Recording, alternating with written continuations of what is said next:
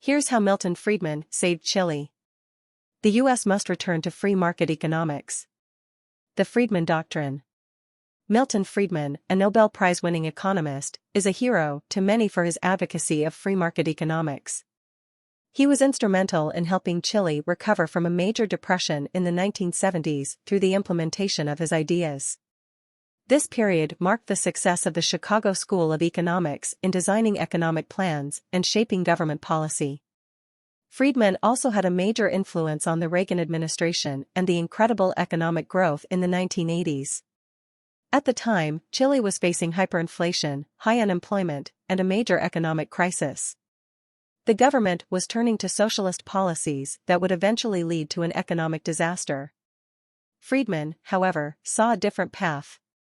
He proposed that Chile should adopt a market-oriented economic plan, with policies aimed at reducing government intervention in the economy, cutting spending, and liberalizing trade.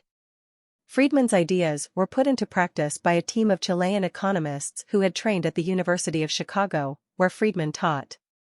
They introduced policies such as privatizing state-owned enterprises, reducing trade barriers, and cutting back on government spending. These measures resulted in increased economic activity, job creation, and reduced inflation. In a short period of time, Chile's economy improved dramatically. The country's GDP grew at an average rate of over 6% per year, and poverty rates fell significantly. The success of these policies was widely recognized and led to the spread of free market economics throughout Latin America and beyond. The Chicago School of Economics had a profound impact on Chile's economic development and demonstrated the effectiveness of market-oriented policies. Its success in Chile was a testament to the power of free market economics in promoting economic growth and reducing poverty. In conclusion, the implementation of Milton Friedman's ideas in Chile was a turning point for the country and a powerful demonstration of the effectiveness of the Chicago School's economic philosophy. His legacy continues to inspire economic reforms around the world and remains a vital part of the libertarian economic vision. Russian influence on Allende. Salvador Allende, the former president of Chile, was not directly influenced by Russia. However, the Soviet Union was a strong supporter of Allende's government and the socialist policies he implemented. During Allende's presidency from 1970 to 1973, the Soviet Union provided economic and political support to Chile. The USSR saw Allende's government as an ally in the spread of socialism in Latin America and was eager to demonstrate the success of socialist policies in the region. Many believe, as I do, that the Soviet Union supported Allende and the Communist Party of Chile during the election. The USSR provided financial and political support to Allende's campaign and viewed his victory as a step towards the spread of socialism in Latin America. Some reports suggest that the Soviet Union used intelligence and propaganda operations to sway the election in Allende's favor. However, we do not know this for sure.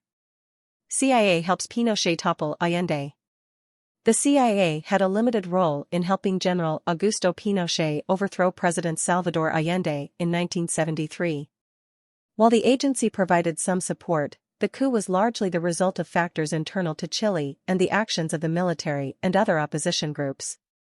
The agency provided intelligence, funding, and propaganda support to opposition groups within Chile, as well as military aid to Pinochet's forces. The result was a violent coup that ended Allende's socialist government and established Pinochet's authoritarian regime, which engaged in some political repression, like tossing communists from helicopters. Depending on your worldview, that could be considered a bad thing. One fact remains certain: it has become a funny internet meme. Example meme number 1. Who would win? 3,200 commies or one helicopter? Leave your thoughts in the comments. Example meme number 2. You've won a new helicopter ride. Congrats! Next up is the Economic Freedom Index. Due to the policies of Milton Friedman and the hard work of Chileans, Chile is ranked higher than the United States in the 2022 Index of Economic Freedom.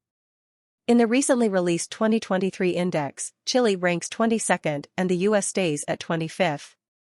The US has dropped in this ranking for my entire adult life, more than 20 years now. The US and Hong Kong used to consistently vie for the top spot. But times are a-changin' and Hong Kong is now a part of communist China and America is stuck in a state of perpetual warfare, see, the Middle East and Ukraine. Liberty has a tendency to decline during times of war. For reference, check out All the Wars, and maybe a bit of history.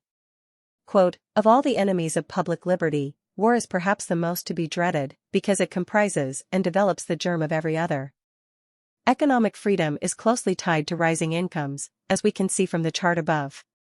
Ireland, in particular, was one of the poorest countries in Europe in the 1980s. After a slew of free market reforms and a lowering of the corporate tax rate to 10%, the country now has a GDP per capita of over $100,000, a full $30,000 above the United States. This should not be happening, but both Democrats and Republicans have lost their way and become cheerleaders for war and the welfare state.